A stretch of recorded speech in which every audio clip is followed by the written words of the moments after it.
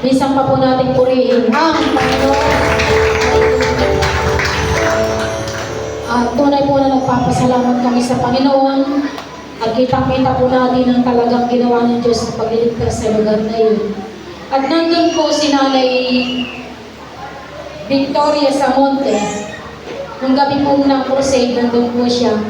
Ito po yung retired teacher, retired principal, na aming unang napuntahan na malapit sa covered court. At doon po, galak na galak po siya sa Panginoon. At kitang-kita natin nang pasimula pa lang po talagang ang kilos ng Diyos sa lugar na yun. Purihin po natin ang Panginoon. At tunay nga po ng isang kagalakan po sa buhay ng bawat isa aming humahayo na makita doon sa lugar na yun ng aming mga pinupuntahan. At nandun po yung aming pinuntahan na may goiter yung last natin pinuntahan. Si Ate Minda. At doon po siya, inuuna po siya inatatakot po doon sa slave. Subalit po, nandoon ang pagkilos ng Holy Spirit, tunay po, kitang-kita ko po, siya po ay may goiter at tunay po siya ay pinagaling ng Panginoon. Purihin natin ang Panginoon. At napakarami po kaming napuntahan na nandoon po, si Nanay Norma nandun din po, at yung po asawa ni Kuya Dani, na ito pong Dani na ito naman po nung napuntahan namin. Siya po ay dating taga-Kainta. Nagbabiyahe po sila ng aksidente po na sa pagdaan po nila, yung kanyang mata ay natalsikan po ng pinag-grinderan. At ito po ay naging dahilan kung bakit yung mata niya ay medyo nabulag. At doon po, ang sabi niya, sana po, dati po siyang bumbero. At siya po ay galak na galak sa Panginoon, nandun po yung pagtanggap sa amin. Sige, pumasok kayo rito. At yun po, doon po, sumamba po kami. At tunay na naranasan namin ang presensya ng Panginoon. At ginamit pong point of contact yung pong tubig.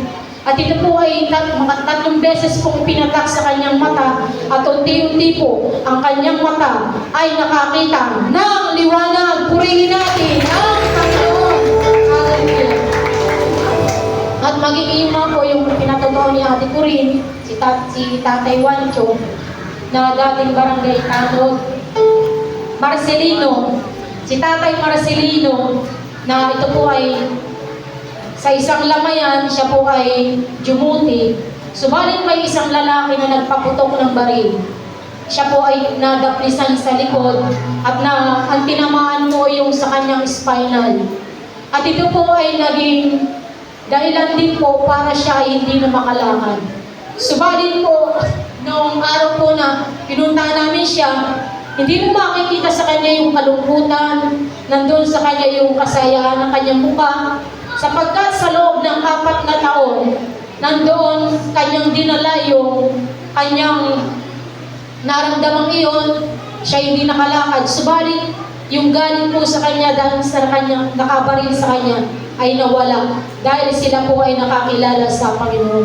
At doon po, in-exercise po, ang sabi namin, Tatay Marcelino, tumayo ka. At sa pangalan ng Panginoon, siya'y nakatayo, naisipa ang kanyang paa, at tunay siya'y nakaranas sa Panginoon. Purihin natin ang Panginoon.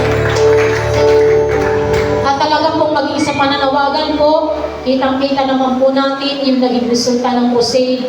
Napakaraming umaten, at ang tanda, himala ng pagpapagaling ng ating Panginoong Yesus. Tunay na hindi po sa atin, kundi sa Diyos na nagbibigay ng pagtatagumpay sa buhay ng bawat isa sa atin. Kaya nga po sa lahat ng ito, purihin po natin ang Panginoon. Tuga, ito. At para magbigay ng mensahe, naniya ako sa Pipet at si Jerry. Pipet, habaanin niyo.